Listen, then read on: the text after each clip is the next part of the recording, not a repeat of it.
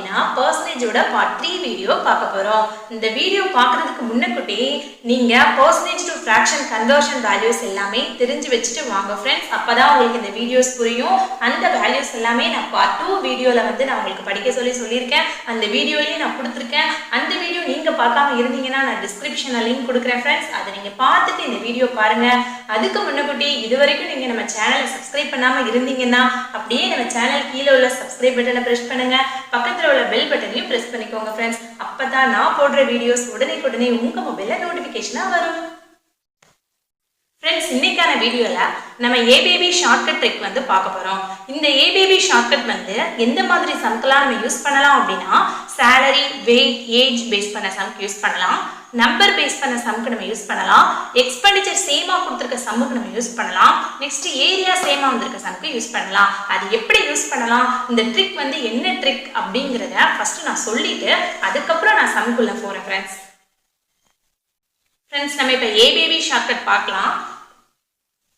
A by B அப்படிங்கிற ஒரு fraction வந்து பக்கத்துல இன்க்ரீஸ் கொடுத்திருக்கானா இல்ல டிக்ரீஸ் கொடுத்திருக்கானா அப்படின்னு சொல்லிட்டு நீங்க क्वेश्चनல பார்க்கணும். एक्चुअली क्वेश्चनல ஃபிராக்ஷனாவே உங்களுக்கு கொடுத்திருக்க மாட்டான், பெர்சன்டேஜா தான் உங்களுக்கு வந்து क्वेश्चनல வந்து கொடுத்திருப்பான். ஒரு எக்ஸாம்பிளுக்கு எப்படி கொடுத்திருப்பான் அப்படின்னா 50% அப்படின்னு சொல்லிட்டு ஒரு பெர்சன்டேஜ் வேல்யூவா தான் உங்களுக்கு क्वेश्चनல கொடுத்திருப்பான். நீங்க என்ன பண்ணணும் அப்படின்னா அந்த பெர்சன்டேஜை ஃபர்ஸ்ட் நீங்க ஃபிராக்ஷனா கன்வர்ட் பண்ணணும். A by B அப்படிங்கிற ஒரு ஃபிராக்ஷனா கன்வர்ட் பண்ணணும். இப்படி கன்வர்ட் பண்றதுக்காக தான் நான் பார்ட் 3 வீடியோஸ்ல நான் படிச்சுக்கோங்க அப்படின்னு நான் சொல்லியிருக்கேன். 50% தான் என்னது 1/2 அப்படிங்கிறது நமக்கு தெரியுமா, 1/2 அப்படின்னு தெரியும். அந்த மாதிரி சில வேல்யூஸ் வந்து நம்ம பார்ட் 2ல வந்து நான் சொல்லியிருக்கேன் படிச்சுக்க சொல்லி. அதுல இல்லாத வேல்யூஸ்லாம் உங்களுக்கு கொடுத்தான் அப்படின்னா வெரி சிம்பிள் फ्रेंड्स. அதை நீங்க 100ஆல டிவைட் பண்ணிடுங்க. பெர்சன்டேஜ் கொடுத்திருக்க வேல்யூஸை நீங்க 100ஆல டிவைட் பண்ணிடுங்க.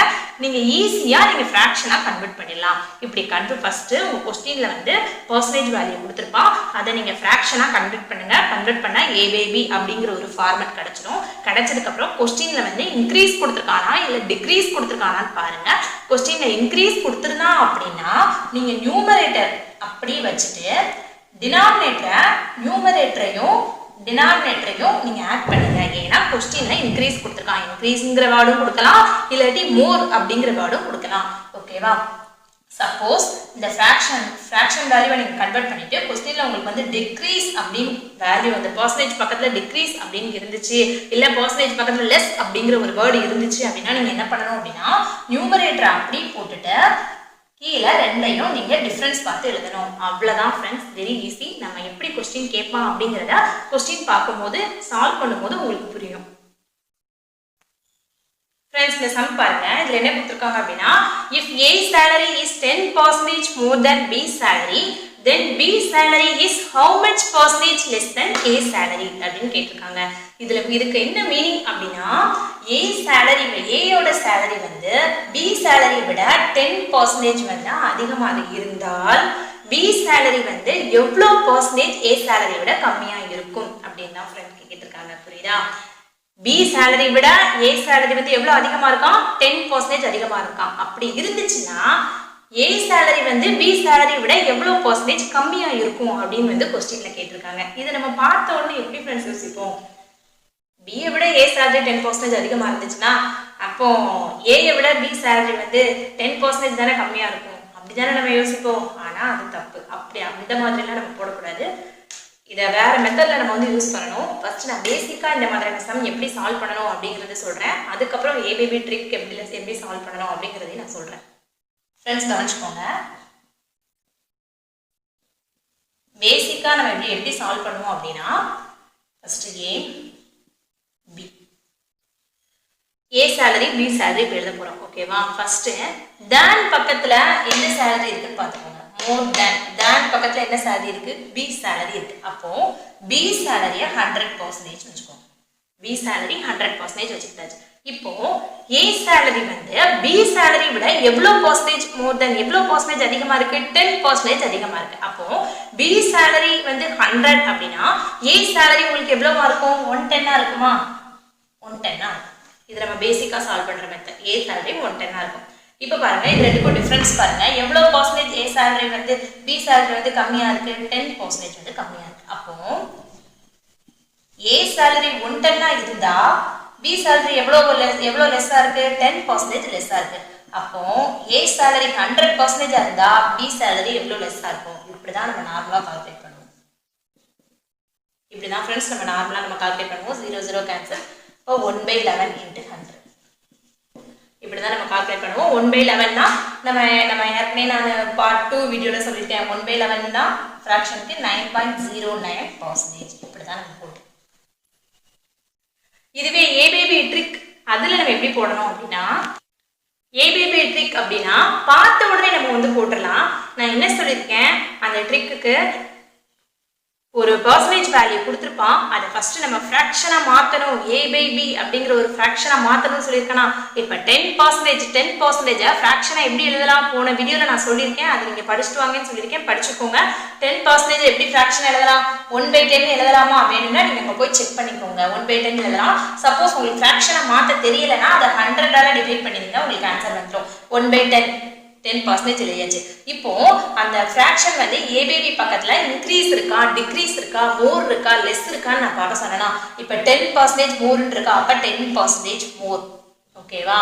மோர் இருந்தா என்ன பண்ணணும்னு சொல்லியிருக்கேன், நியூமரேட்டர் அப்படியே போட்டுட்டு கீழே 10% மோர் இருக்கிறதுனால இந்த ரெண்டு வேல்யூ நீங்க ஆட் பண்ணி எழுதணும். அப்ப 10 + 1 11 into 100. 1/11 பார்த்த உடனே உங்களுக்கு ஸ்ட்ரைக் ஆகணும் 9.09%. இப்படி பார்த்த உடனே ஆன்சர் போடுறதுக்காக தான் நான் உங்களை அந்த வீடியோ படிக்க சொல்லியிருக்கேன். ப்ளீஸ் ஃப்ரெண்ட்ஸ், தயவு செஞ்சு நீங்கள் அதை படிச்சுக்கோங்க. இந்த மாதிரிலாம் நீங்கள் பேசிக் மெத்தட் நீங்கள் போடுறதுக்கு பதிலாக பார்த்த உடனே A salary is 10% more than B salary, அடுத்து how much percentage less than A salary கேட்டாங்க. இந்த மாதிரி பார்த்த உடனே நீங்கள் என்ன பண்ணணும், அந்த பர்சன்டேஜ் வேல்யூ ஃப்ராக்ஷனை மாற்றிட்டு அது மோரா லெஸ்ஸான்னு சொல்லி பாருங்க. அதுக்கப்புறம் மோரா இருந்துச்சுன்னா ரெண்டையும் நீங்க ஆட் பண்ணி டினாமினேட்டர்ல எழுதணும். லெஸ்ஸா இருந்துச்சுன்னா ரெண்டையும் நீங்க டிஃபரன்ஸ் பார்த்து நீங்க டினாமினேட்டர்ல எழுதணும். அவ்வளவுதான் ஃப்ரெண்ட்ஸ். ஃபிராக்ஷன் வேல்யூக்கு நீங்க அப்படி படிச்சிருந்தீங்கன்னா வேல்யூ ஈஸியா கண்டுபிடிச்சிக்கலாம். இதுல மெயினா என்ன அப்படின்னா உங்களுக்கு ஆன்சர் 9.09% மோர், 9.09% லெஸ் அப்படின்னு தான் உங்களுக்கு ஆன்சர் கொடுப்பான். ரெண்டு ஆப்ஷனா உங்களுக்கு வச்சிருப்பான். நீங்க எந்த ஆப்ஷன் சூஸ் பண்ணணும் அப்படின்னா உங்களுக்கு இந்த ஃபிராக்ஷன் வேல்யூ மோரா இருந்துச்சுன்னா உங்களுக்கு வர்ற ஆன்சர் லெஸ்ஸாக தான் இருக்கும். அப்போ இதோட ஆன்சர் 9.09% லெஸ். சப்போஸ் இந்த இடத்துல உங்களுக்கு மோர் அப்படின்னு இருந்துச்சுன்னா இந்த இடத்துல உங்களுக்கு லெஸ்ஸாக இருக்கும். இங்கே லெஸ் அப்படின்னு இருந்துச்சுன்னா இந்த இடத்துல ஆன்சர் உங்களுக்கு மோரா இருக்கும். உங்களுக்கு புரிஞ்சிருக்கும்னு நினைக்கிறேன். இன்னொரு சம் நம்ம பார்க்கலாம் ஃப்ரெண்ட்ஸ், உங்களுக்கு நல்லா புரியும். இதே மாதிரி சேலரி தான் கொடுக்கணும்னு அவசியம் கிடையாது. இதே சம்ல உங்களுக்கு ஏஜ் கூட கொடுக்கலாம். If A's age is 10% more than B's age, then B's age is how much percentage less than A's age இப்படின்னு கூட உங்களுக்கு கேட்கலாம். இல்லாட்டி height weight கூட கேட்கலாம். If A's height is 10% more than B's height இப்படின்னு கேட்கலாம். If A's weight is 10% more than B's height இப்படின்னு கேட்கலாம். இல்ல percentage value 20% 30% இந்த மாதிரி மாத்தி கேட்கலாம். எதுக்குனாலும் நீங்க பேசிக் மெத்தட் போகாம டைரக்டாவே நீங்க இந்த மெத்தட் நீங்க யூஸ் பண்ணிக்கலாம். பர்சன்டேஜ் ஃபிராக்ஷனை மாத்தி அதை அப்படி மோரா லெஸ்ஸான்னு பார்த்து ஆட் பண்ணணுமா டிஃபரன்ஸ் பண்ணணுமான்னு பார்த்து அதை அப்படி பர்சன்டேஜ் வேல்யூக்கு நீங்க கன்வெர்ட் பண்ணிக்கலாம். இன்னொரு சம் பார்க்கலாம் ஃப்ரெண்ட்ஸ், உங்களுக்கு புரியும். ஃப்ரெண்ட்ஸ், இந்த சம் பாருங்க. if A salary is 12.5% less than B salary, then B salary is how much percentage greater than A salary அப்படின்னு கேட்டிருக்காங்க. இது நீங்க பேசிக் மெத்தட்லாம் போக வேண்டாம். பார்த்த உடனே நீங்க பாருங்க பர்சன்டேஜ் வேல்யூ பாருங்க 12.5%. 12.5% அப்படின்னாலே அதுக்கு ஈக்குவலான ஃபிராக்ஷன் என்னது 1/8. 1/8 நான் ஆல்ரெடி போன வீடியோல நான் போட்டிருக்கேன், திரும்ப சொல்றேன். அதை படிச்சுட்டு வந்தீங்கன்னா உங்களுக்கு ஈஸியா இருக்கும். 1/8 பக்கத்துல என்ன இருக்கு, லெஸ் தென் இருக்கு. ஸோ லெஸ் தென் போட்டுக்கோங்க. அப்ப ஆன்சர் உங்களுக்கு என்ன வரும், மோர் அப்படின்னு தான் வரும். இது எப்படி பண்ணணும்னு சொல்லியிருக்கேன். மேல 1 அப்படின்னு இருக்கும், இங்க லெஸ் அப்படிங்கிற சிம்பிள் இருக்கிறதுனால ரெண்டையும் நீங்க டிஃபரன்ஸ் பார்க்கணும். அப்ப 1/7 into 100. 1/7 அப்படிங்கிற ஃபிராக்ஷனுக்கு ஈக்குவலான பர்சன்டேஜ் வேல்யூ என்னது 14.28. நீங்க அதை படிச்சீங்கன்னா ரொம்ப ஈஸியா இருக்கும் ஃப்ரெண்ட்ஸ். 14.28%. இதுதான் ஆன்சர். 14.28% மோர். இதுதான் ஃப்ரெண்ட்ஸ். இந்த சம் பாருங்க, number based sum. If a number is increased by 20%, then what percentage this to be decreased to bring it back to the original number அப்படின்னு கேட்டிருக்காங்க. இது பார்த்த உடனே நீங்க percentage value பாருங்க 20% அப்படின்னு பார்த்த உடனே அதை நீங்க ஃபிராக்ஷனா கன்வெர்ட் பண்ணுங்க. 1/5 20% தான் 1/5 தான். அது இன்க்ரீஸ்டா டிக்ரீஸ்டா பாருங்க. இன்க்ரீஸ்ட். So increase. அப்ப ஆன்சர் உங்களுக்கு டிக்ரீஸ்ல தான் வரும். இன்க்ரீஸ்னா 1/1 + 5 ஆட் பண்ணணுமா, 1/6 into 100. 1/6 அப்படிங்கிற ஃபிராக்ஷன் ஈக்குவலான பர்சன்டேஜ் வேல்யூ 16.66%. அவ்வளோதான் ஃப்ரெண்ட்ஸ், பார்த்த உடனே எனக்கு ஈஸியாக சொல்லலாம். இந்த சம் வந்து இப்படி தான் கேட்பாங்க அப்படின்னு இல்லை. price of sugar அப்படின்னு கேட்கலாம். if a price of sugar is increased by சுகரோட வேல்யூ வந்து 20-30% இன்க்ரீஸ் ஆகுது அப்படின்னா திரும்ப அந்த சுகரோட வேல்யூ வந்து எவ்வளோ பர்சன்டேஜ் நீங்கள் கம்மி பண்ணீங்கன்னா ஒரிஜினல் வேல்யூ கிடைக்கும் அப்படிங்கிற மாதிரியும் கேட்கலாம். சுகர்னு வச்சு கூட நீங்கள் கேட்கலாம், எப்படினாலும் கேட்கலாம். இந்த மாதிரியான டைப் வந்து ஏபிபி மெத்தட் யூஸ் பண்ணணும். பார்த்த உடனே நீங்கள் பென் பேப்பர் எதுவுமே யூஸ் பண்ணாமல் 20% அப்போ 1/5 தான் வரும். இன்க்ரீஸில் வந்ததுனால 2 ஆட் பண்ணணும். அப்போ 1/6 1/6னாலே 16.66 நம்ம படிச்சிருக்கோம் அப்படின்ட்டு உங்களுக்கு ஞாபகம் வரணும். பென் எதுவுமே தேவையில்லை, ஈஸியாக நீங்கள் சால்வ் பண்ணலாம் ஃப்ரெண்ட்ஸ். இன்னொரு சம் நம்ம பார்க்கலாம் ஃப்ரெண்ட்ஸ். நெக்ஸ்ட் சம் பாருங்க. இது என்னன்னா சேம் எக்ஸ்பெண்டிச்சர் வந்து சேமா இருக்கணும், எக்ஸ்பெண்டிச்சர் வந்து சேஞ்ச் ஆகக்கூடாது. இந்த மாதிரியான டைப் ஆஃப் சம்க்கு எல்லாமே ஏபிபி ஷார்ட்கட் ட்ரிக் வந்து நம்ம யூஸ் பண்ணலாம். இவங்க கொஸ்டின் பாருங்க. price of sugar is decreased by 25%, then how much percentage must a person increase his consumption so that his expenditure on it does not change அப்படின்னு கேட்டிருக்காங்க. அதாவது என்னன்னா ஃப்ரெண்ட்ஸ் என்ன வெயிட் பண்ணுங்க.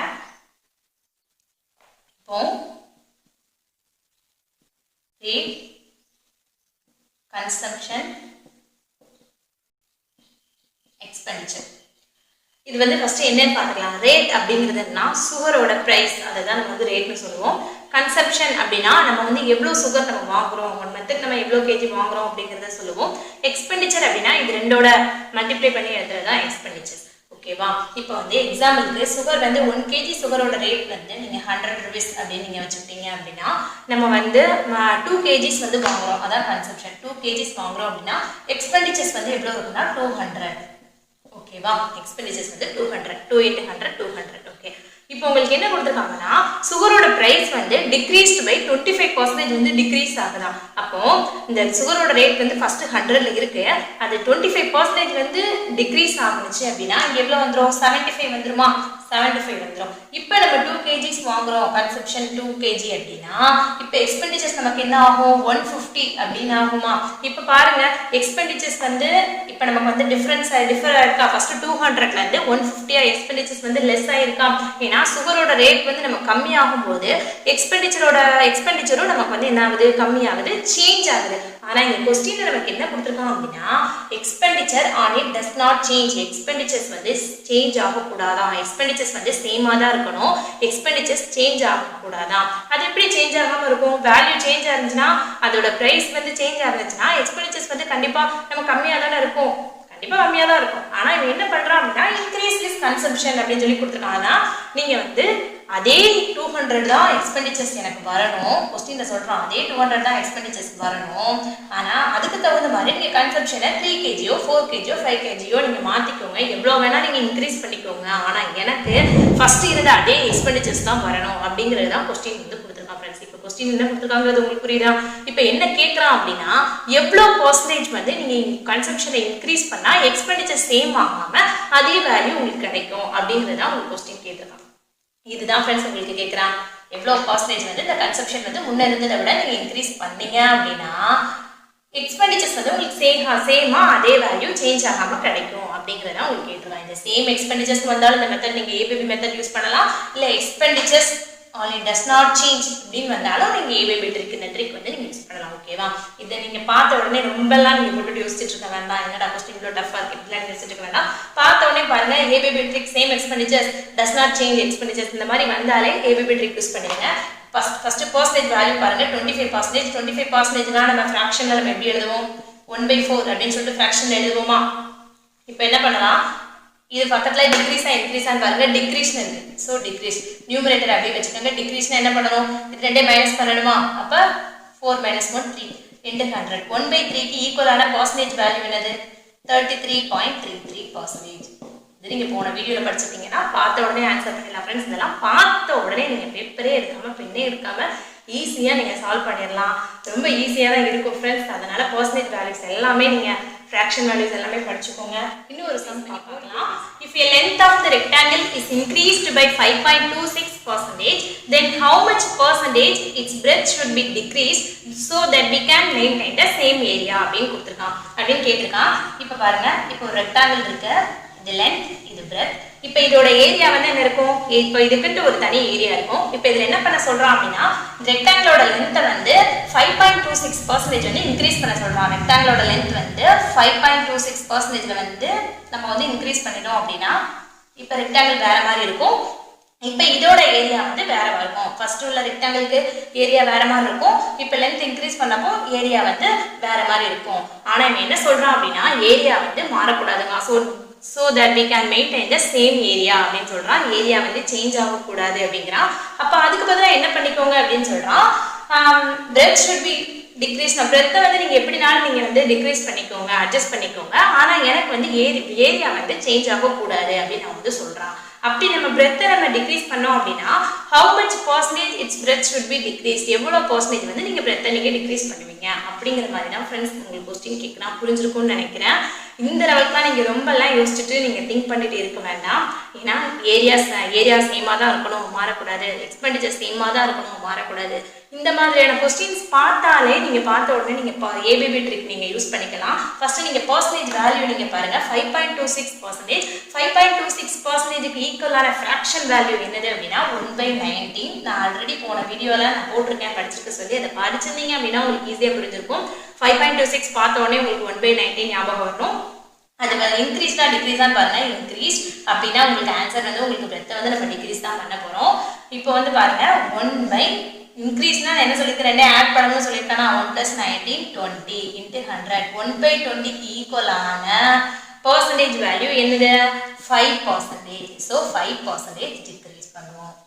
அப்போ ஏரியா மாறக்கூடாதுன்னா 5% டிக்ரீஸ் ஆனாதான் ஏரியா வந்து சேமா வரும். இவ்வளவுதான் ஃப்ரெண்ட்ஸ் உங்களுக்கு புரிஞ்சிருக்கும்னு நினைக்கிறேன். Same area, same expenditures, number based sums, salary, ages எல்லா விதமான சம்க்குமே நம்ம A/B ட்ரிக் வந்து யூஸ் பண்ணலாம். அந்த மாதிரி 4 டைப்ஸ் ஆஃப் சம்க்கு எல்லாமே A/B ட்ரிக் வந்து யூஸ் பண்ணலாம். இந்த ட்ரிக் உங்களுக்கு புரிஞ்சிருக்கும்னு நினைக்கிறேன். ஃப்ரெண்ட்ஸ் இந்த வீடியோ உங்களுக்கு பிடிச்சிருந்தா லைக் பண்ணுங்க, ஷேர் பண்ணுங்க, கமெண்ட் பண்ணுங்க. மறக்காம நம்ம சக்சஸ் சர்வடி சேனலை சப்ஸ்கிரைப் பண்ணுங்க.